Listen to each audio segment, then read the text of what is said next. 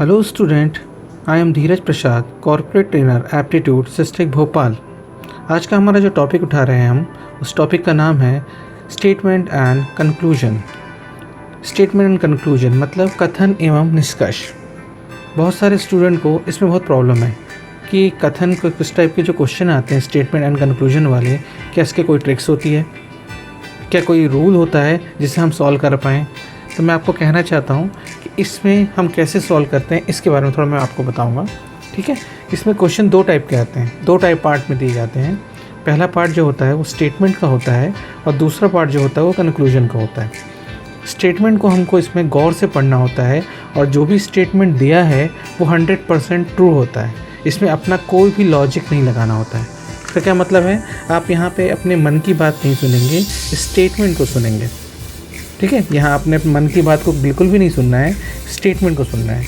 और कंक्लूजन को आराम से पढ़ना है और स्टेटमेंट में जो भाव है वही भाव या जो मीनिंग स्टेटमेंट में है वही मीनिंग कंक्लूजन में भी होनी चाहिए। ठीक है, कंक्लूजन तीन टाइप के होते हैं। पहला टाइप होता है डायरेक्ट फॉलो।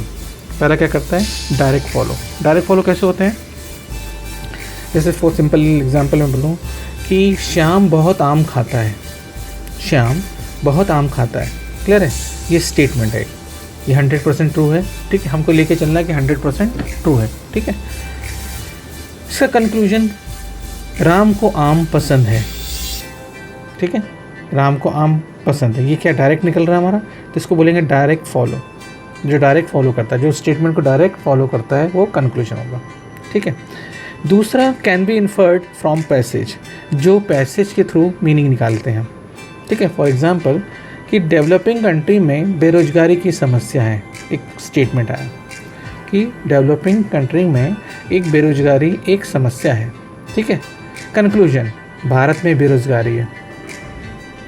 अब इससे क्या हमको समझ में नहीं आ रहा है ना, क्वेश्चन को समझ में आता है। स्टेटमेंट क्या बोला, विकासशील देशों में बेरोजगारी की समस्या है। कंक्लूजन, भारत में बेरोजगारी है। अब आपको लग रहा है भारत के यहाँ बात तो कर ही नहीं रहा स्टेटमेंट में। ठीक है, अब जहाँ विकासशील देश की बात कर रहे हैं, इसका क्या मतलब है कि विकासशील देश में कौन कौन आते हैं, जो भी विकासशील देश में आते हैं उन सभी की बात कर रहे हैं। इसका क्या मतलब है, भारत विकासशील देश में आता है मतलब वहाँ बेरोजगारी की समस्या है, मतलब भारत में बेरोजगारी है। इसका क्या स्टेटमेंट हो जाएगा, कंक्लूजन हो जाएगा, भारत में बेरोजगारी है। क्लियर है। चलिए, तीसरा जो उसका होता है वो कीवर्ड्स होते हैं कुछ, जैसे ऑल, सम, एवरी। ठीक है, ऑल वाले को सब में हम कन्वर्ट कर सकते हैं। जैसे एग्जाम्पल कि सभी भारतीय ईमानदार हैं, सभी भारतीय ईमानदार हैं, ये स्टेटमेंट। ठीक है, कंक्लूजन क्या है, कुछ भारतीय ईमानदार हैं। तो यहाँ पे मैं सभी को कुछ से कन्वर्ट कर सकता हूँ। मैं क्या कर सकता हूँ, ऑल को सब में कन्वर्ट कर सकता हूँ। ठीक है, कि सभी टोटल में से कुछ तो होंगे भारतीय जो ईमानदार होंगे, सभी भारतीय ईमानदार है तो कुछ भारतीय ईमानदार है। लेकिन अगर ये उल्टा कर दें कि कुछ भारतीय ईमानदार स्टेटमेंट हो गया और इसका कंक्लूजन बोल दें सभी भारतीय ईमानदार है, तो ये टोटल गलत हो जाएगा। इसका जो रिवर्स जाएंगे हम, वो पूरा उल्टा गलत हो जाएगा। ठीक है, तो हमको क्या करना है कि ऑल को हम किस में कन्वर्ट कर सकते हैं, सम में, एवरी में, इसमें कन्वर्ट कर सकते हैं। लेकिन यहाँ सम से हम ऑल में कन्वर्ट नहीं कर सकते, तो ये ध्यान रखना है। तो कुछ रूल होते हैं, ठीक है, ये कीवर्ड्स होते हैं जो हमको यूज़ करना है। ठीक है, और इसमें कोई भी रूल नहीं होता है, बिल्कुल सिंपल है कि आपको स्टेटमेंट को 100% ट्रू मानते हुए चलना है।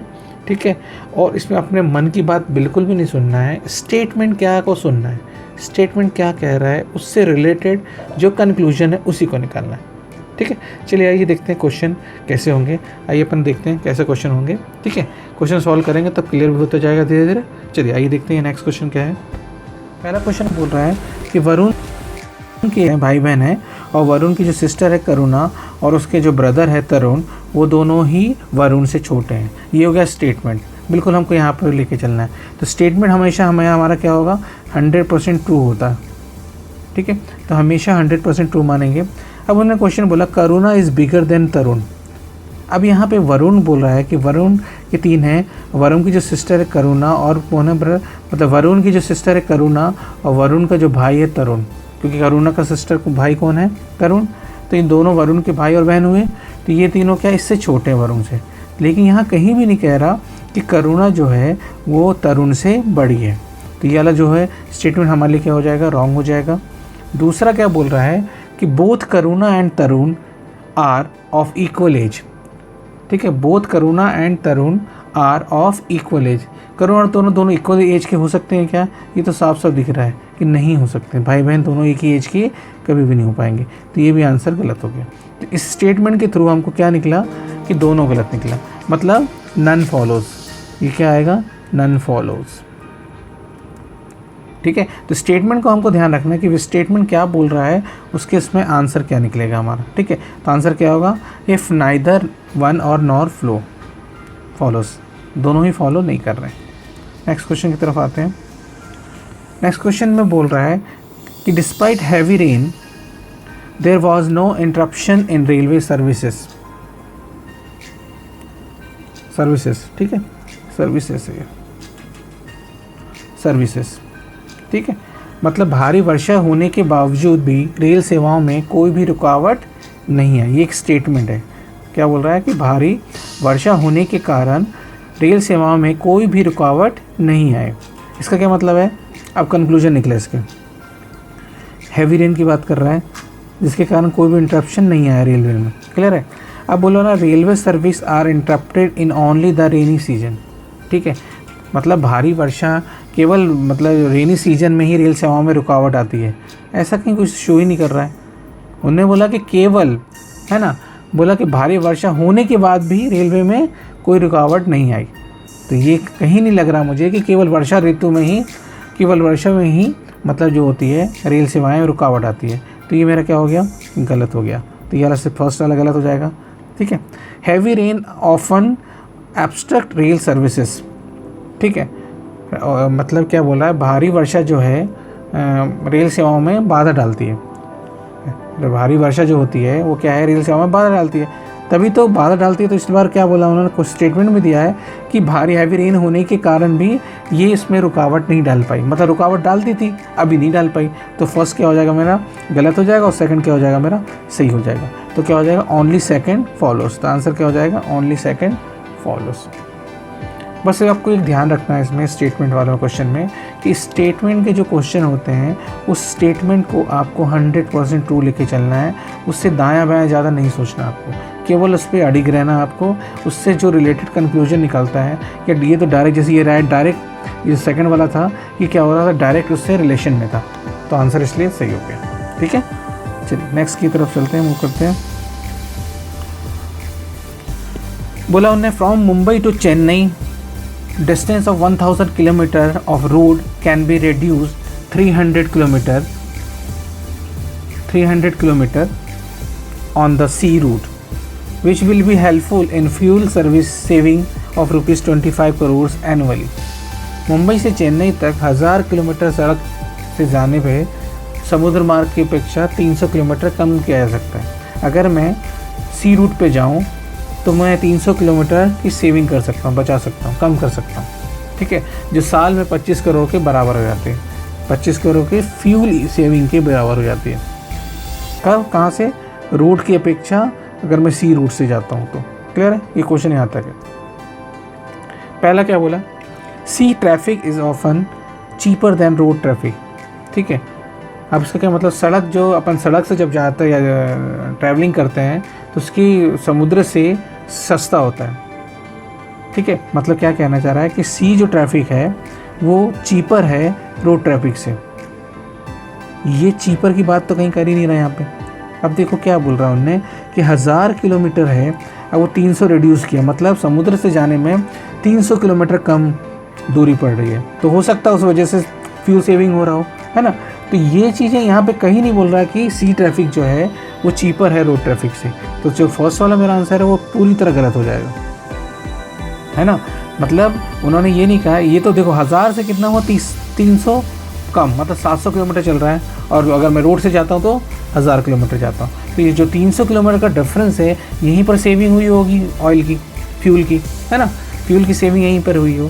तो ये नहीं कह सकता कि ट्रैफिक जो सी ट्रैफिक है वो रोड ट्रैफिक से चीपर है, ये गलत हो गया। दूसरा क्या बोल रहा है, this will not save fuel in abundant quality. This will not save fuel in abundant quality, इसका क्या मतलब है? इसमें प्रचुर मात्रा में ईंधन की बचत नहीं होगी। Fuel is abundant quality will not, ठीक है, मतलब क्या बोला, इससे बहुत ज़्यादा मात्रा में ईंधन की बचत नहीं होगी, क्लियर है। लेकिन यहाँ पे क्या बोल रहा है, बचत होगी, सेविंग होगी, और यहाँ बोल रहा बचत नहीं होगी, तो पूरी तरह गलत हो गया। तो दूसरा उसी गलत दिख रहा है हमको, ये बोल रहा है कि बचत नहीं होगी, और स्टेटमेंट क्या दे रहा है, स्टेटमेंट बोल रहा है कि बचत हो रही फ्यूल की, यहाँ बोल रहा है नहीं हो रही फ्यूल की बचत। इसका मतलब सीधे सीधे अपोजिट बोल रहा है, तो ये गलत हो गया। तो दोनों गलत हो गए हमारे, तो क्या हो जाएगा, नाइदर वन और नॉर टू फॉलोस, ठीक है, neither one two nor two follows हो जाएगा, नन फॉलोस जिसको हम बोलते हैं, ठीक है। मेरे ख्याल से समझ में आ रहा होगा आप लोगों को। फिर भी कुछ डाउट होता है तो आप लोग मुझे डायरेक्ट नंबर पर कॉल करके बात कर सकते हैं। चलिए आगे चलते हैं। Fashion is unbearable form of ugliness that we have to make changes in it after every 6 month, ठीक है। फैशन जो है, कहने का मतलब फैशन जो है कुरूपता का इतना असहाय रूप है कि हम उसमें प्रत्येक 6 महीने के बाद परिवर्तन करना होता है। मतलब फैशन जो है हर 6 महीने के बाद हमें चेंज करना पड़ता है, ये स्टेटमेंट है, ठीक है, कि फैशन जो है हमें क्या होता है इतना असहाय है कि हम उसे प्रत्येक 6 महीने के बाद उसमें चेंजेस करना होता है। कंक्लूजन से निकालते हैं। पहला कंक्लूजन क्या बोल रहा है, fashion designer do not understand the mind set of the public well enough, ठीक है। फैशन डिज़ाइनर जो है जनता की मानसिकता को अच्छी तरह समझते ही नहीं है। यहाँ पे इस टाइप की कुछ चीज़ें दिख ही नहीं रही इसमें, तो ये तो पहले ही गलत हो गया, दिख नहीं समझ में आ रहा है कि जनता को कुछ समझते ही नहीं है, ये तो डायरेक्टली मतलब ऐसा कुछ भी है नहीं, ठीक है। दूसरा, often the public is respective to innovation, प्राय जनता क्या होती है, नवीनता के प्रति ग्रहणशील होती है, ठीक है। मतलब जो नए जो भी फैशन आता है उस तरफ जाना चाहती है जनता, तभी तो एवरी 6 मंथ पे ये क्या हो रहा है, फैशन चेंज होता है, जनता उस तरफ जाना चाहती है हर 6 महीने के बाद, ठीक है। तो ये क्या होगा, सेकंड वाला सही होगा, तो हमारा क्या होगा, सेकंड सही हो गया। तो आंसर क्या हो जाएगा, only conclusion two follows. Next question की तरफ बढ़ते हैं। X is potential candidate among the candidate for the post of HOD in the SISTEC institution, ठीक है। मतलब जो है X है एक उम्मीदवार जो SISTEC इंस्टीट्यूशन में, ठीक है, HOD के पद के लिए उम्मीदवारों में से एक प्रभावी कैंडिडेट है। पोटेंशियल कैंडिडेट मतलब प्रभावी कैंडिडेट है, किसके लिए, HOD पोस्ट के लिए SISTEC में। कौन, X, क्लियर है, ये क्वेश्चन बोला। अब दूसरा, X will be selected at the HOD of SISTEC institution, X जो है HOD पद के लिए सेलेक्ट हो जाता है। दूसरा, X will not be selected as the HOD of SISTEC institution, अगर मैं पहले को सही बोलूँ तो दूसरा गलत हो जाएगा, अगर मैं दूसरे को सही गलत बोलूँ तो पहला सही हो जाएगा, है ना, ये हुआ ना। अगर मैं पहले को सही बोलूँ तो दूसरा गलत दिख रहा है मुझे, साफ साफ जस्ट अपोजिट है। दूसरा सही है अगर मानता हूँ तो पहला गलत हो जाएगा। इसका मतलब X एक पोटेंशियल कैंडिडेट है, ठीक है, जिसको सिलेक्शन होने का प्रबल चांसेस हैं उसके। इसका क्या मतलब है, या तो सेलेक्ट होगा या तो सेलेक्ट नहीं होगा। अगर सेलेक्ट होगा तो फर्स्ट सही है, सेलेक्ट नहीं होगा तो सेकंड सही है, क्योंकि बहुत सारे कैंडिडेट आए होंगे, क्लियर है ना। तो यहाँ पे क्या है, आइदर और का केस बनता है, किसका, आइदर एंड और का।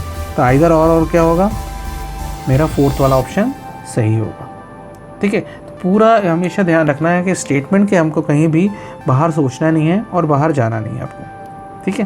तो यहाँ स्टेटमेंट था X है जिसमें पोटेंशियल है कैंडिडेट में जो HOD पोस्ट के लिए SISTEC इंस्टीट्यूशन में है, प्रभावी उम्मीदवार है, मतलब पोटेंशियल कैंडिडेट है, मतलब उसको सिलेक्शन हो सकता है।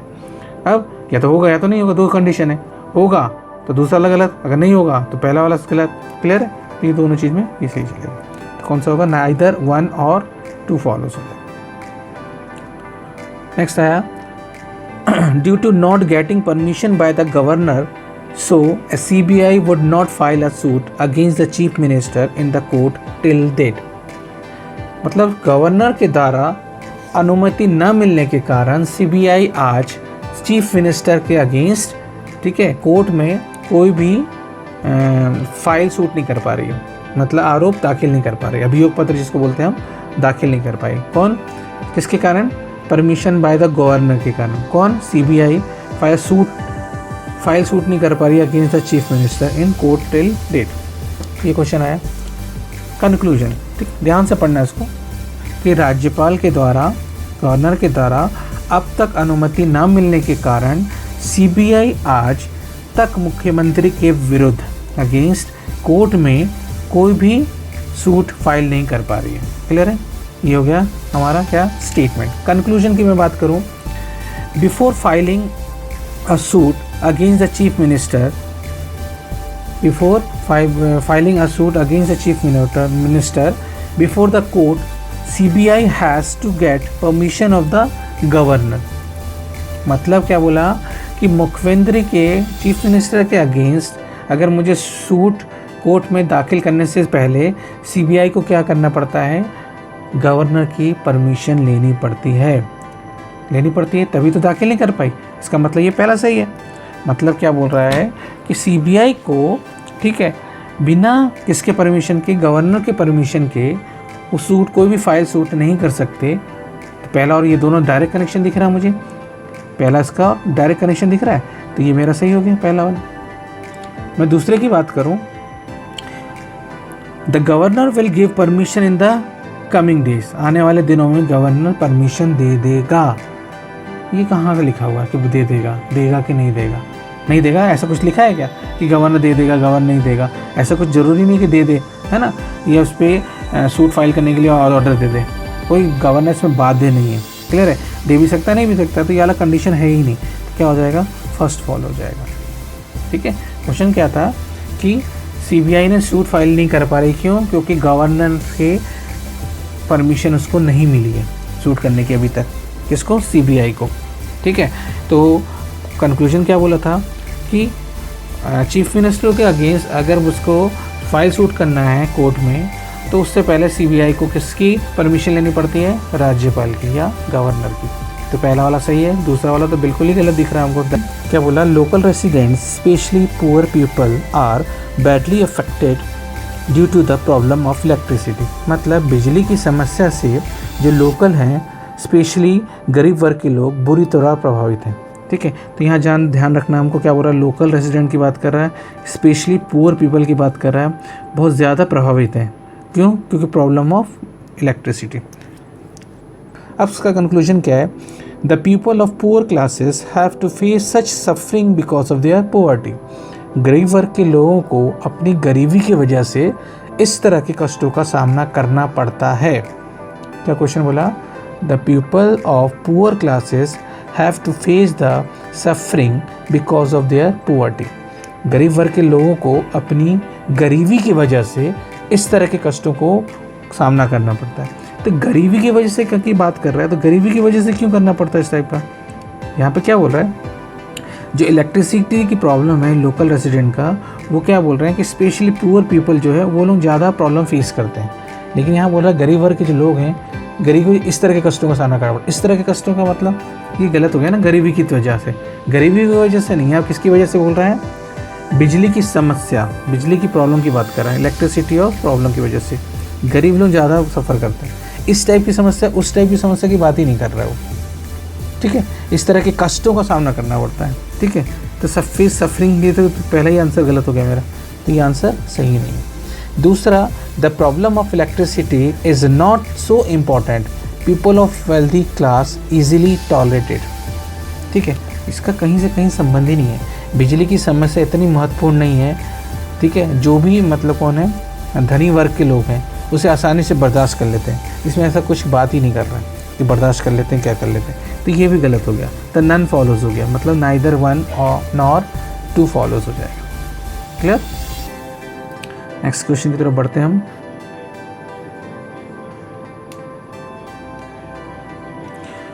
One company told three labours. ठीक है, एक कंपनी ने अपने 3 लेबर से कहा, ठीक है, एक कंपनी के 3 मजदूरों से कहा, ठीक है, that either they resign immediately, या तो वे रिज़ाइन कर लें जल्दी से जल्दी टिल कल तक, टिल टुमारो, और बी रेडी फॉर टर्मिनेशन, या तैयार रहें किसके लिए? टर्मिनेशन के लिए। 2 of them had already resign this evening. उनमें से 2 लोगों ने, ठीक है, इस्तीफ़ा दे दिया। कहाँ तक? शाम तक। ठीक है, इनमें से 2 लोगों ने रिज़ाइन दे चुके हैं, ठीक है, दे दिए थे मतलब, ठीक है। क्या बोल रहा है, कंपनी ने क्या अपने 3 लेबर से कहा कि या तो वो रिज़ाइन दे इमीडिएटली कल तक, या फिर रेडी रहें टर्मिनेशन के लिए, ठीक है। कल तक के लिए टर्मिनेशन के रेडी रहें या रिज़ाइन दे, 2 चीज़ें, इतनी बोलिए, तीसरा कुछ बोल नहीं रहा। पहला, the labour left yesterday will also resign, the labour left yesterday will also resign, जो बचा हुआ मजदूर है वो कल रिज़ाइन दे देगा, इस्तीफ़ा दे देगा। दूसरा, the company will terminate the service of labour, company उस मजदूर की सेवाएं समाप्त कर सकती है, ठीक है। दोनों चीज़ हैं, दोनों चीज़ सही है। बोले लेबर या तो कल दे दे, अगर कल देगा तो कंपनी समाप्त नहीं कर पाएंगी, सेवाएं समाप्त नहीं कर पाएंगी ना। अगर कल वो नहीं देगा तो परसों उसकी कंपनी क्या करेगी, टर्मिनेट कर देगी। दोनों चीज़ फॉलो हो रही है, ये या तो ये आइदर 1 और 2 वाला कंडीशन फाइल हो रहा है, तो क्या हो जाएगा, आइदर 1 और 2 फॉलोस, ठीक है। कंपनी ने क्या किया, 3 मजदूरों को कहा कि रिज़ाइन दे इमीडिएटली, नहीं तो कल तक तैयार हैं टर्मिनेशन के लिए। या तो आप मजदूर को बोला या तो रिज़ाइन दो या तो कल टर्मिनेट के लिए रेडी रहो, जिसमें से 2 लोगों ने दे चुके हैं। अब जो बचा हुआ मजदूर था वो कल या रिज़ाइन दे देगा। दूसरा कंडीशन में क्या बोल रहा हूँ कि टर्मिनेट कर देंगे, कौन, कंपनी कर देगी। तो अगर रिज़ाइन देगा तो टर्मिनेट नहीं कर पाएगी, टर्मिनेट करेगी तो रिज़ाइन नहीं दे पाएगा। तो आइदर और वाला केस बनता है। तो इसमें कौन सा हो जाएगा, आइदर 1 और 2 फॉलोस। नेक्स्ट आ जाओ, the government will review the current policy, the government will review the current policy of diesel price keeping in mind the rising price of international oil. Clear है क्वेश्चन, फिर से इसको ध्यान से एक बार पढ़ो अच्छे से और समझो क्या बोलना चाह रहा है। The government will review the current policy of diesel prices keeping in mind the rising prices of international oil, मतलब अंतर्राष्ट्रीय जो तेल है, इंटरनेशनल ऑयल है, उसकी कीमतों में उछाल आ गया। उसको ध्यान में रखते हुए गवर्नमेंट ने क्या किया, डीजल मूल्य की जो डीजल का जो प्राइस है प्रेजेंट में, उसकी समीक्षा करेगी, नीति की समीक्षा करेगी, रिव्यू करेगी। समीक्षा करेगी मतलब रिव्यू करेगी। इंटरनेशनल ऑयल की कीमत क्या हुआ, बढ़ गई, ठीक है। उसको ध्यान में रखते हुए डीजल यहाँ की जो सरकार है वो डीजल जो मूल्य है, प्राइस है, उसको वर्तमान नीति की समीक्षा करेगी। ये हुआ, ठीक है। ये स्टेटमेंट है 100% ट्रू, ठीक है। ये 100% ट्रू है, मैंने बोला हमेशा लेके चलना हमको, 100% ट्रू है। Conclusion, after the search in international oil prices the government will increase diesel price, मतलब अंतर्राष्ट्रीय इंटरनेशनल ऑयल की जो प्राइस है उसमें उछाल के कारण सरकार डीजल में क्या कर सकती है, प्राइस में इंक्रीज़ कर सकती है। दूसरा क्या बोला है, उसमें प्राइस डिक्रीज़ कर सकती है। इंटरनेशनल ऑयल प्राइस में उछाल आ गया, जिसके कारण गवर्नमेंट क्या कर सकती है, डीजल में या तो बढ़ा सकती है, इंक्रीज़ कर सकती है, या तो डिक्रीज़ कर सकती है। 2 चीज़ ना, विल नॉट इंक्रीज़ मतलब डिक्रीज़ कर सकती है, या तो कमी कर सकती है या बढ़ा सकती है, ठीक है। ये दोनों कंडीशन है, क्योंकि अगर बैठक समीक्षा हो रही है मतलब या तो कम करने की मूल्य की समीक्षा होगी या तो बढ़ाने की समीक्षा होगी। अगर वही होता तो बैठक होती ही नहीं, है ना। इसका मतलब क्या है, आइदर 1 और 2 फॉलोज हो जाएगा, या तो फर्स्ट सही होगा, अगर या तो इंक्रीज़ होगी या तो डिक्रीज़ होगी, 2 चीज़ में, तो क्या हो जाएगा, आइदर 1 और 2 फॉलो। चलिए, the person who were in the waiting list finally got reservation इन राजधानी एक्सप्रेस, ठीक है। जो पर्सन वेटिंग लिस्ट में था फाइनली इसको रिजर्वेशन मिल गया, किसमें, राजधानी एक्सप्रेस में। ये एक स्टेटमेंट है, ठीक है। अब waiting list passenger hardly gate reservation in the Rajdhani express, जो वेटिंग लिस्ट का कस्टमर है, जो पैसेंजर है, उसको राजधानी एक्सप्रेस में रिजर्वेशन बहुत ही कठिनाई से मिलता है। ये तो डायरेक्ट से बहुत कठिनाई से मिलता है, लेकिन स्टेटमेंट क्या बोल रहा है कि उसको बहुत ही कठिनाई से उसको फाइनली मिल गया, मतलब बहुत कठिनाई से मिला। तो पहला तो डायरेक्ट ही मुझे सही दिख रहा है कि क्या है, पूरा डायरेक्ट स्टेटमेंट को फॉलो कर रहा है, फर्स्ट वाला, ठीक है। सेकंड पे आते हैं, the number of coach available in the Rajdhani express is relatively low. Coach की बात कर रहा है कि कम है, ज़्यादा है, कभी भी इस टाइप की बात इसमें स्टेटमेंट में नहीं कर रहा है। देखो स्टेटमेंट के बाहर की बात कर रहा है कि किसमें कोच ज़्यादा है या किसमें कोच कम है, इसकी बात है ही नहीं, ये स्टेटमेंट के जस्ट बाहर की बात है। तो सेकंड वाला उसी गलत हो गया। तो पेयर पर क्या आएगा मेरा, only first follow. Only first follow मतलब ओनली कंक्लूजन 1 फॉलो हो जाएगा। ठीक है, नेक्स्ट आ जाओ। All those political prisoners were release on bail. All those political prisoners मतलब राजनीतिक बंदियों, ठीक है, वॉज रिलीज ऑन बेल, उनको राजनीतिक बंदियों को जमानत पर छोड़ दिया गया। Who went to jail due to other reason, जो कि राजनीतिक घटनाओं के अलावा अन्य कारण से जेल गए थे। Other reason other than the political event. ठीक है, the bail of the individual who were involve in the murder was rejected. इसका मतलब क्या हुआ, ऐसे व्यक्तियों को जमानत नामंजूर कर दी गई जो कि हत्या में शामिल थे। पूरा क्वेश्चन क्या बोल रहा है कि उन सभी जो पॉलिटिकल प्रिजनर्स हैं, राजनीतिक बंदियां हैं, उनको जमानत पे छोड़ दिया गया जो कि राजनीतिक घटनाओं के अलावा, ठीक है, जो भी पॉलिटिकल इवेंट है उसके अलावा अन्य कारणों से जेल गए थे। ठीक है, लेकिन इसके बारे में बोल रहा है कि the bail of the individual who were involve in the murder was rejected. लेकिन जो व्यक्ति उनकी जमानत नामंजूर कर दी गई जो कि हत्या में शामिल थे। ठीक है, इसको पूरा दिमाग में बिठा के रखना है अपन को। अब इसका कंक्लूजन पढ़ो। No political prisoners had killed anyone. किसी भी राजनीतिक बंदी ने हत्या नहीं की थी। एनीवन, किसी ने, कहीं बात की क्या ऊपर में हत्या की, कि हत्या की थी नहीं की थी, वो बंदी थे। मैंने इसमें बोला ऐसे व्यक्तियों की जमानत नामंजूर कर दी गई थी जो हत्या में शामिल थे। अब यहाँ पे क्या बोला, राजनीतिक बंदी ने हत्या नहीं की। तो राजनीतिक बंदियों की बात कर रहा है क्या ऊपर, नहीं कर रहा है, तो ये पहला वाला क्या होगा, गलत हो गया, क्योंकि राजनीतिक पॉलिटिकल प्रिजनर की बात ही नहीं कर रहा है कि किल किया है नहीं।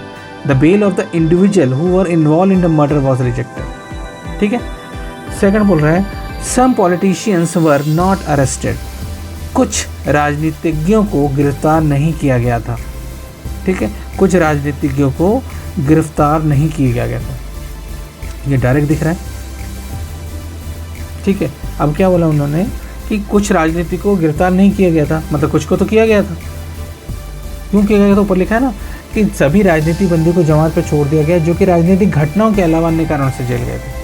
ठीक है, अब यहाँ पे कुछ तो नहीं गए होंगे, जिनको गिरफ्तार नहीं किया होगा, कुछ गए हैं, तो यहाँ पे क्या होगा, तो मेरा सेकंड वाला आंसर सही हो जाएगा। तो मेरा ऑप्शन क्या हो जाएगा, ओनली 2 फॉलो। आंसर हो गया सेकंड वाला। नेक्स्ट देखो, development in urban and rural areas as not to the same in India, as not the same in India. भारत में, ठीक है, शहरी एवं ग्रामीण क्षेत्रों में विकास समान नहीं है, सेम नहीं है, नॉट द सेम, सेम नहीं है। ये क्या निकला, इंडिया में जो शहरी और ग्रामीण क्षेत्र है उनमें विकास और डेवलपमेंट है इक्वल नहीं है। ठीक है, ये स्टेटमेंट आया। 100% क्या माना मैंने इसको, 2। 100% 2 होगा कि दोनों का क्या है, अलग अलग डेवलपमेंट है। ठीक है, पहला बोल रहा है rural poverty is more than urban poverty, मतलब ग्रामीण क्षेत्र में निर्धनता शहरी निर्धनता से ज़्यादा है। ग्रामीण क्षेत्र की जो निर्धनता है वो शहरी निर्धनता से ज़्यादा है। यह निर्धनता की बात कहीं की गई है क्या, इस स्टेटमेंट में कहीं भी निर्धनता की बात नहीं की गई, तो पहले तो उसी गलत हो गया, तो जैसे बाहर हो रहा है, स्टेटमेंट के बाहर ही जा रहा है। दूसरा देखो, the unlimited size of family is the cause of poverty in India. फिर साइज़ की बात कर रहा है। ठीक है, यहाँ पर भी साइज़ की कुछ बात की क्या, कहीं भी नहीं की, तो ये क्या, ये तो डायरेक्ट ये भी गलत दिख रहा है मुझे। तो क्या होगा, बोथ रॉन्ग, मतलब नन फॉलोज, क्या नाइदर ना 1 नॉर 2 फॉलोज हो जाएगा।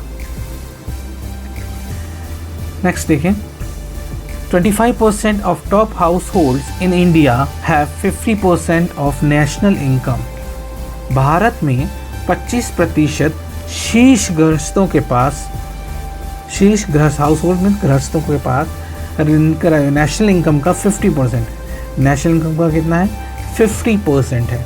क्लियर, भारत में, इंडिया में 25 जो हाउस होल्ड्स हैं उनके पास नेशनल इनकम का 50% पैसा है। ठीक है। अब when the economic develop fast, जब अर्थव्यवस्था का विकास तेज़ी से होता है, जब डेवलपमेंट तेज़ी से होता है, ठीक है, only a few people have the resources to supply, उसमें से कुछ लोग ही के पास धन की आपूर्ति हो पाती है। जब डेवलपमेंट का, ठीक है, जब इकोनॉमी का डेवलपमेंट बहुत फास्ट होता है तो कुछ लोगों के पास धन की आपूर्ति हो पाती है। सही है।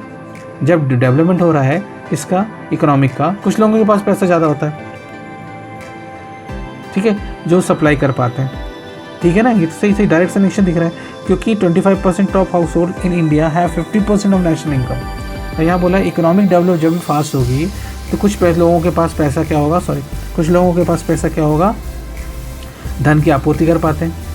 तो ये सही है, तो पहला आंसर मेरा सही हो गया। दूसरा, the distribution of national income in India is uneven, Bharat में राष्ट्रीय आय का वितरण असमान है। तो है असमान है ना वितरण, यहाँ तो नेशनल इनकम का असमान है। ठीक है, सही है। क्यों सही है? क्योंकि भारत में डिस्ट्रीब्यूशन है जो नेशनल इनकम का इंडिया में अनइवन है। ठीक है, 25% के पास, गृहस्थों के पास नेशनल इनकम का 50% है, बाकी के पास कुछ और होगा, तो अलग अलग है ना, वितरण असमान है। तो ये मेरा क्या होगा, दोनों सही होगा। इस कंडीशन में क्या हो जाएगा मेरा, आई दोनों फॉलोज। ठीक है, दोनों सही हैं। ठीक है, बोथ फॉलोज।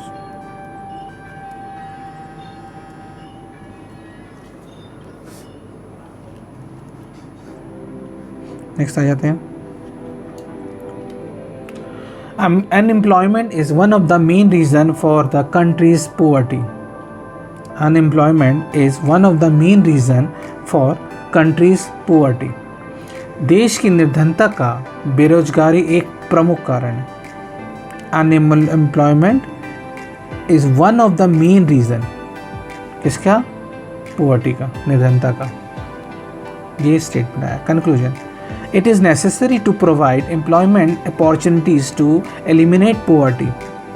मतलब निर्धनता को समाप्त करने के लिए रोजगार के अवसर उपलब्ध करना आवश्यक है। सरकार निर्धनता को समाप्त करने के लिए रोजगार के अवसर जो है ना, अपॉर्चुनिटी उपलब्ध करना आवश्यक है। सही है, क्योंकि unemployment is one of the main reason for country poverty. देश की निर्धनता का बेरोजगारी एक प्रमुख कारण है, तो बेरोजगारी को देने को रोजगार देना पड़ेगा। ये डायरेक्ट दिख रहा है मुझे रिलेशन इसका, ये डायरेक्ट रिलेशन में, तो ये पहला सही हो गया। All the people in the country are unemployed, इसकी बात ही नहीं कर रहा, ये तो डायरेक्ट ही गलत दिख रहा है मुझे। सभी कौन, देश में सभी व्यक्ति बेरोजगार हैं, ऐसा कुछ कह ही नहीं रहा है। One of the main reason की बात कर रहा है और यहाँ सभी बीमार के, तो ये गलत हो गया। तो पहला क्या हो जाएगा, फर्स्ट फॉलो।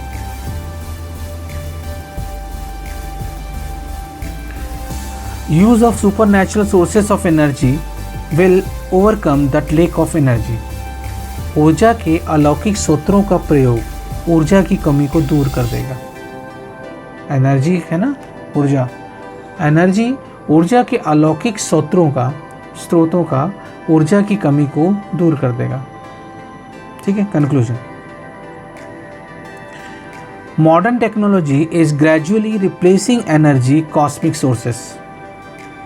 मतलब modern technology is gradually replacing energy cosmic sources.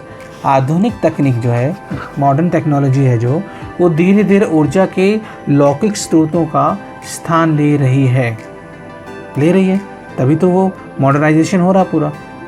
ठीक है, एनर्जी जो सोर्सेस हैं एनर्जी के, ठीक है, वो किससे हो रहे, मॉडर्न टेक्नोलॉजी को हम लोग क्या कर रहे हैं, स्थान ले रही है, बढ़ाते जा रहे हैं ना। तो क्या हो जाएगा, पहला सही हो गया, क्योंकि use of super natural sources of energy will overcome the lake of energy. जो कमी है उसकी, एनर्जी की कमी को दूर करेगा, तो ये पहला सही हो गया। दूसरा, the over exploitation of the environment is the cause of decay of the cosmic source of energy. इस पूरा का मतलब क्या है, पर्यावरण का अति दोहन ऊर्जा के लौकिक स्रोतों के क्षय का कारण है। मतलब हम जो एक्सप्लॉयटाइजेशन करते हैं इसका, एनवायरनमेंट का, उसके कारण कॉस्मिक सोर्सेज जो एनर्जी है उसका क्या होता है, क्षय होता है, डिके होता है ना। तो सही है, ये भी सही है, उसके कारण क्षय हो रहा है। तो मॉडर्न टेक्नोलॉजी है जो उसको रिप्लेस कर रहे हैं वो भी सही है, तो दोनों सही है, तो क्या हो जाएगा, बोथ फॉलो, बोथ फॉलो, दोनों फॉलो करें।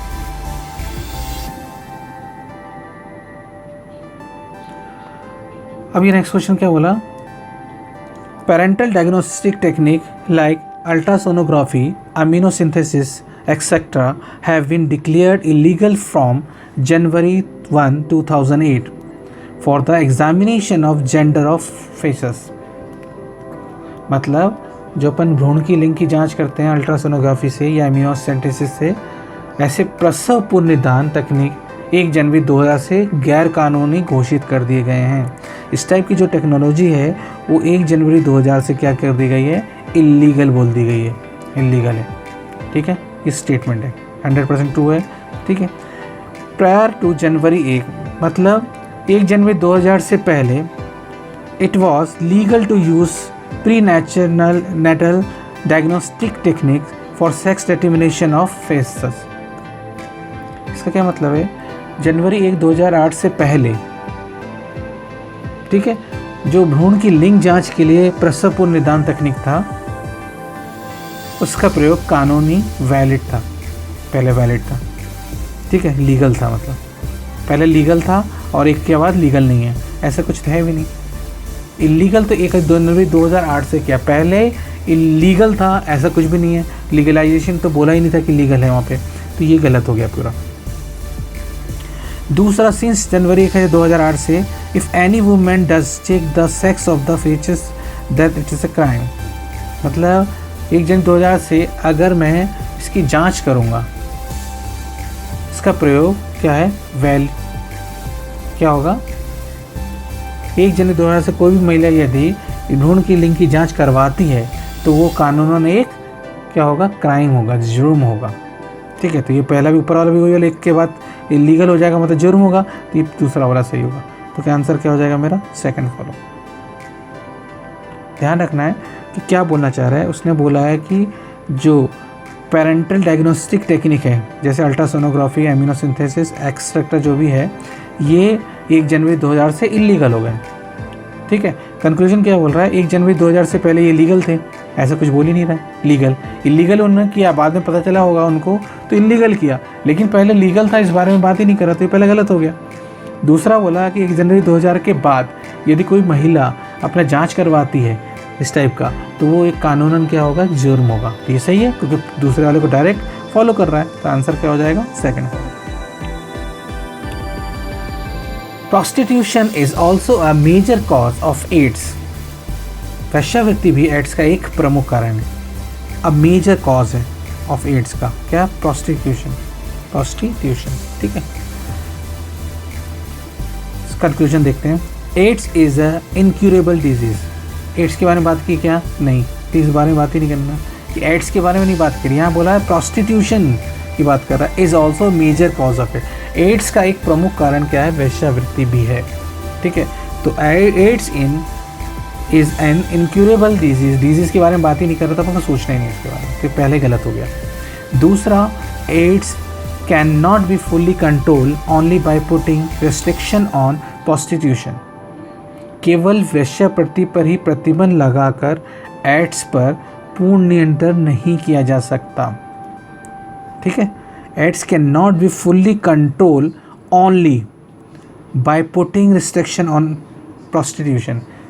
केवल इस पर ही लगा के हम क्या कर सकते हैं, एड्स पर नियंत्रण नहीं कर सकते। स्टेटमेंट में तो वही बोला, केवल प्रोस्टिट्यूशन ही केवल एक कारण नहीं है।